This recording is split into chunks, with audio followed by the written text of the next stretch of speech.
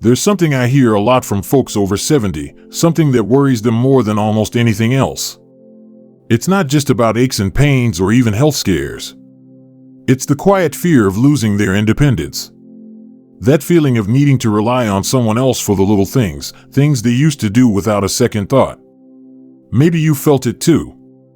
That moment when bending down to tie your shoe feels like a challenge, or when carrying groceries inside leaves you winded. It's frustrating, isn't it? But here's the good news: getting older doesn't have to mean giving up your freedom.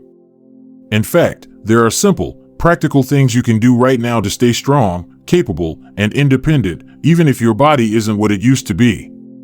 That's exactly what we're going to talk about today.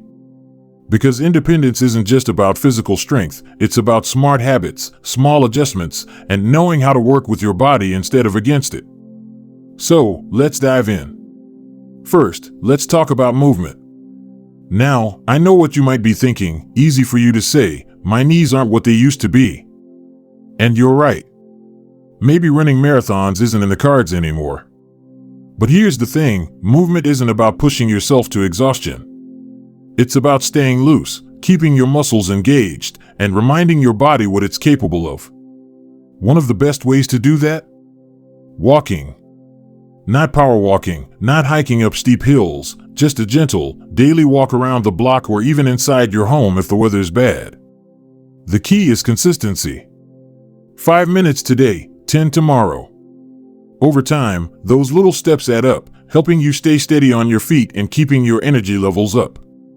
Now, the second habit is something we don't talk about nearly enough: your grip strength.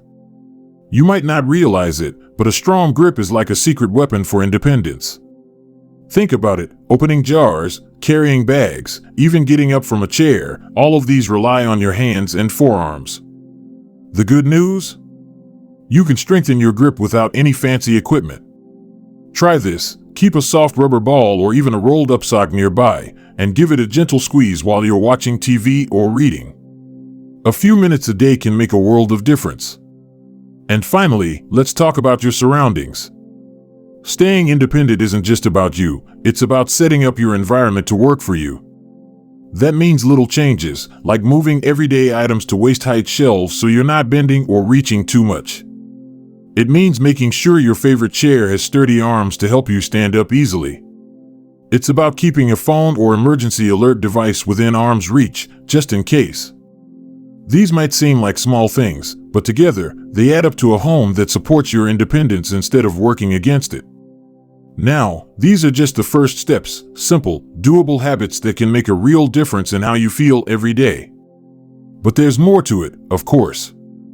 Because staying independent isn't just about your body, it's about your mind, your routines, and even the way you think about aging itself. So, let's keep going. There's plenty more to explore, and I think you're going to love what comes next. One of the most surprising things about aging is how much of our independence comes down to the little choices we make every single day.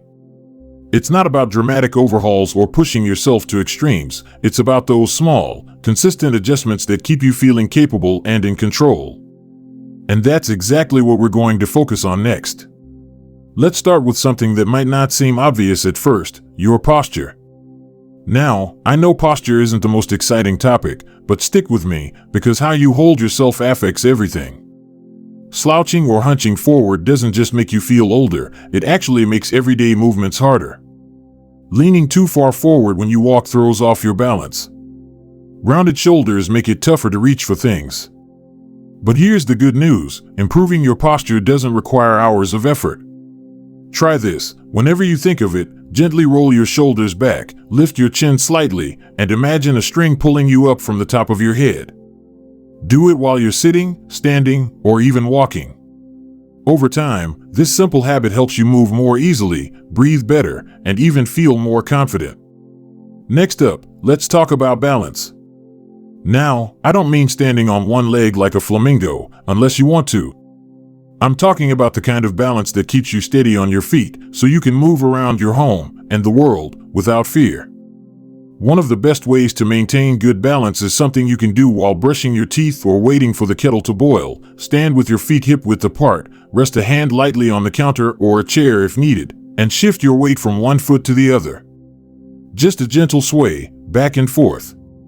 It might feel silly at first, but this tiny habit strengthens the muscles that keep you upright and helps your body remember how to adjust when you stumble. And here's a bonus: better balance means fewer falls, and fewer falls mean more independence. Now, let's move on to something we often overlook: hydration. I know, you've heard it a million times. Drink more water. But here's why it matters, especially as we get older. Even mild dehydration can make you feel tired, dizzy, or foggy-headed, and that's when accidents happen. The trouble is, as we age, our sense of thirst isn't as sharp as it used to be. So instead of waiting until you're thirsty, try this. Keep a glass or bottle of water where you'll see it often, next to your favorite chair, on the kitchen counter, by the TV. Take a sip every time you pass by it. If plain water doesn't excite you, add a slice of lemon, cucumber, or even a few frozen berries. The goal isn't to guzzle gallons, it's just to give your body what it needs to keep you feeling clear-headed and energized. And here's something else that plays a huge role in staying independent: your eyesight. Now, I'm not saying you need hawk-like vision to stay self-sufficient, but small changes in your home can prevent big accidents. Make sure your living space is well lit, especially in hallways, staircases, and bathrooms. Night lights aren't just for kids, they're a simple way to avoid tripping over something in the dark. And if you haven't had your eyes checked in a while, consider scheduling one. Sometimes, a slight update to your glasses prescription can make all the difference in how confidently you move through your day. Now, we've covered a lot here: posture, balance, hydration, even your eyesight, but there's still more to explore. Because staying independent isn't just about reacting to changes in your body, it's about staying one step ahead. And that's exactly what we'll dive into next. You're doing great so far, let's keep going. You know, one of the most beautiful things about getting older is realizing just how much wisdom and resilience you've gathered over the years. Sure, your body might not move the way it did at 30, but you've learned how to adapt, how to work smarter, not harder. And that's exactly what we're going to lean into now as we wrap up our conversation about staying independent. Let's start with something that might surprise you: your social connections. Now, you might be thinking, what does chatting with friends have to do with staying independent? Well, more than you'd think. Isolation isn't just lonely, it can actually make you physically weaker over time. Studies show that seniors who stay socially engaged tend to have better mobility, sharper minds, and even stronger immune systems. But here's the key: it's not about having dozens of friends or forcing yourself to be the life of the party. It's about meaningful connection. That could be a weekly phone call with your granddaughter, a coffee date with a neighbor, or even joining a book club at the local library. These connections give you reasons to get dressed, leave the house, and keep engaging with life, all of which help maintain your independence. Now, let's talk about your mind, because staying sharp is just as important as staying strong. One of the best ways to keep your cognitive edge? Learn something new. And no, I'm not suggesting you go back to school or master quantum physics. It could be as simple as trying a new recipe each week, learning a few phrases in a different language, or even playing brain teaser games like crossword puzzles or Sudoku. The act of learning creates new pathways in your brain, helping you stay quick and adaptable.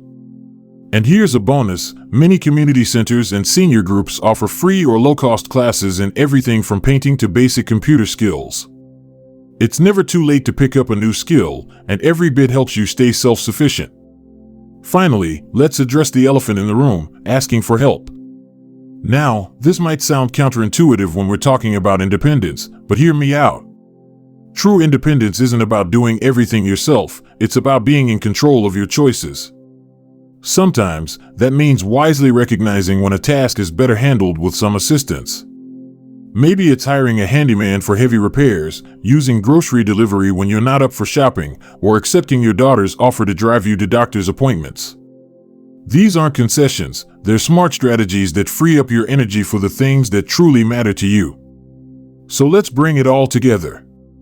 Staying independent after 70 isn't about fighting against your body's natural changes, it's about working with them. It's the daily walks and grip exercises, the attention to posture and balance. It's staying hydrated, keeping your home safe, and nurturing your social connections. It's challenging your mind and being wise enough to ask for help when you need it. Most importantly, it's about recognizing that every small choice adds up to a life of freedom and dignity. Now, I'd love to hear from you. What's one small change you've made that's helped you maintain your independence? Share your thoughts in the comments below. Your experience might be exactly what someone else needs to hear today. And if you found this video helpful, don't forget to like and subscribe for more content like this. Remember, aging isn't about decline, it's about adaptation, wisdom, and living life on your terms. Here's to your health, your independence, and all the wonderful years ahead.